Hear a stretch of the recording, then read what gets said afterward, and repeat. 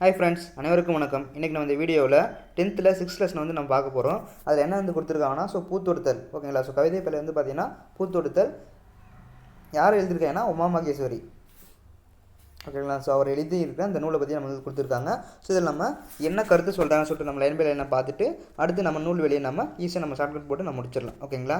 இப்போ இதில் இந்த கவிதையை பார்க்கலாம் பாருங்கள். இந்த பூவை தொடுப்பது எப்படி. ஓகேங்களா. இதில் வந்து என்ன சொல்லியிருப்பாங்கன்னா ஒரு பூவை வச்சு நமக்கு லைஃபுக்கான ஒரு நுட்பமான ஒரு கான்செப்ட் வந்து சொல்லியிருப்பாங்க. ஓகேங்களா. ஒரு தத்துவத்தை வந்து நம்ம சொல்லியிருப்பாங்க. அது என்னன்றதை நான் வந்து பார்க்க போகிறோம்.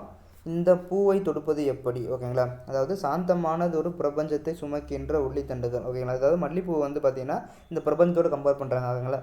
அது வந்து ஒளித்தண்டுகளாக இருக்குது. மேலே வந்து பார்த்திங்கன்னா அது வெள்ளை கலர் பூ இருக்குது பார்த்தீங்களா. அது வந்து பார்த்திங்கன்னா பிரபஞ்சம் வந்து சொல்லிட்டு கன்சிடர் பண்ணுறாங்க.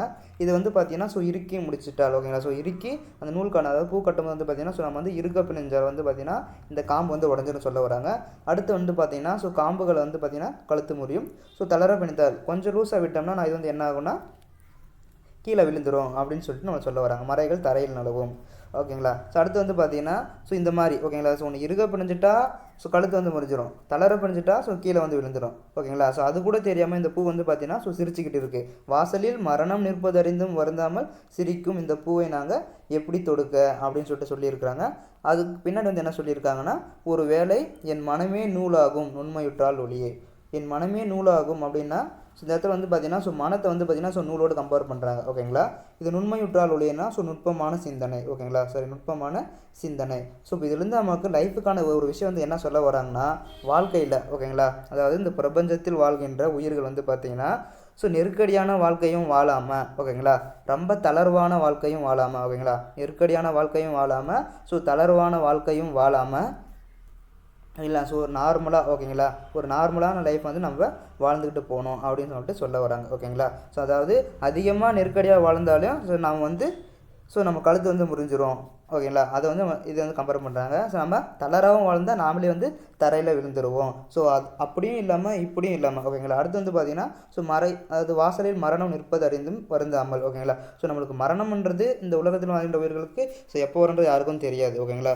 அதுபோல் அந்த பூ எப்படி சிரிக்குதோ அதுபோல் நாமளும் நம்ம லைஃப்பில் நம்ம சிரிச்சுக்கிட்டே நம்ம வாழ்ந்துட்டு போகணும் அப்படின்னு சொல்லிட்டு இந்த இடத்துல வந்து சொல்ல வராங்க. ஓகேங்களா.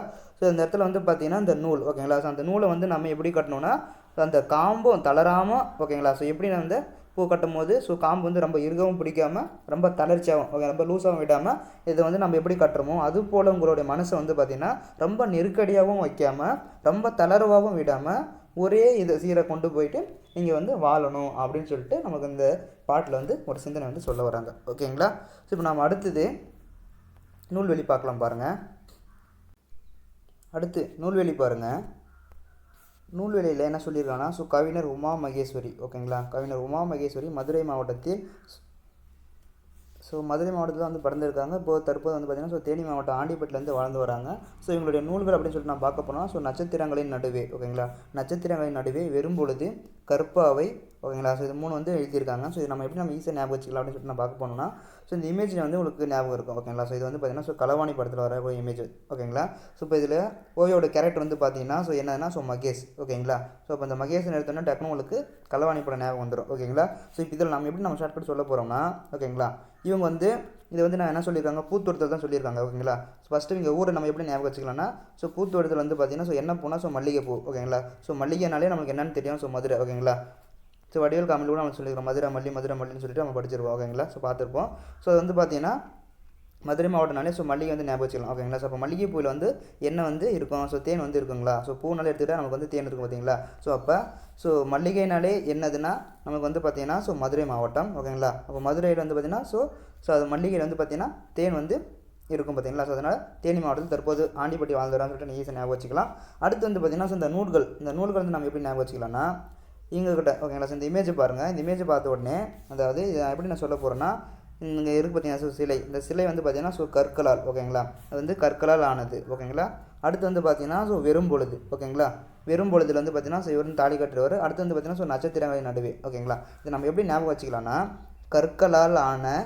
ஓகேங்களா. கற்களால் ஆன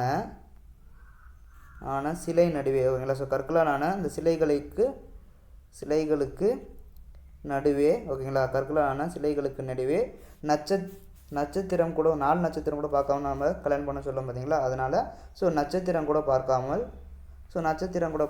வெறும் பொழுதில் இவர் வந்து தாலி கட்டிடுவார். ஓகேங்களா. ஸோ அப்போ உங்களுக்கு இந்த கான்செப்ட் என்னதுன்னா, ஸோ இந்த உமாமகேஸ்வரி எழுதின நூல்கள்னு சொல்லிட்டு நம்ம கேட்டாலே உங்களுக்கு இந்த இமேஜ் வந்து ஞாபகம் வந்துச்சுன்னா அது என்னதுன்னா, ஸோ கற்களால் ஆன, ஓகேங்களா, அதாவது அந்த சிலையை வந்து நம்ம சொல்லுவோம். ஸோ கற்களால் ஆன, ஓகேங்களா, ஸோ அந்த சிலைகளின் நடுவே பாவைக்கு, ஓகேங்களா, ஸோ பாவை என்றால் பெண்ணுக்கு, அந்த பெண்ணுக்கு வந்து பார்த்தீங்கன்னா ஸோ நட்சத்திரம் கூட பார்க்காம, ஓகேங்களா, நட்சத்திரம் கூட பார்க்காம வெறும் பொழுதில்னா, ஓகேங்களா, ஸோ அவர் வந்து பகலில் தான் தாலி கட்டிவார். ஓகேங்களா. ஸோ வெறும் பொழுதில் வந்து பார்த்தீங்கன்னா ஸோ இவர் வந்து தாலி கட்டிடுவார். ஓகேங்களா. ஸோ அப்படின்ற மாதிரி ஞாபகம் வச்சிங்கன்னா உங்களுக்கு எப்பவுமே மறக்காது. ஓகேங்களா. ஒரு டைம் நீங்கள் பார்த்தாலே நீங்கள் ஆட்டோமேட்டிக்காக இது வந்து ரிஜிஸ்டர் ஆயிடும். ஓகேங்களா. ஸோ டக்குன்னு உங்களுக்கு உமாமகேஸ்வரின்னு சொன்ன உடனே உங்களுக்கு இந்த இமேஜ் டக்குன்னு ஞாபகம் வந்துடும். ஓகேங்களா. Okay friends, thank you.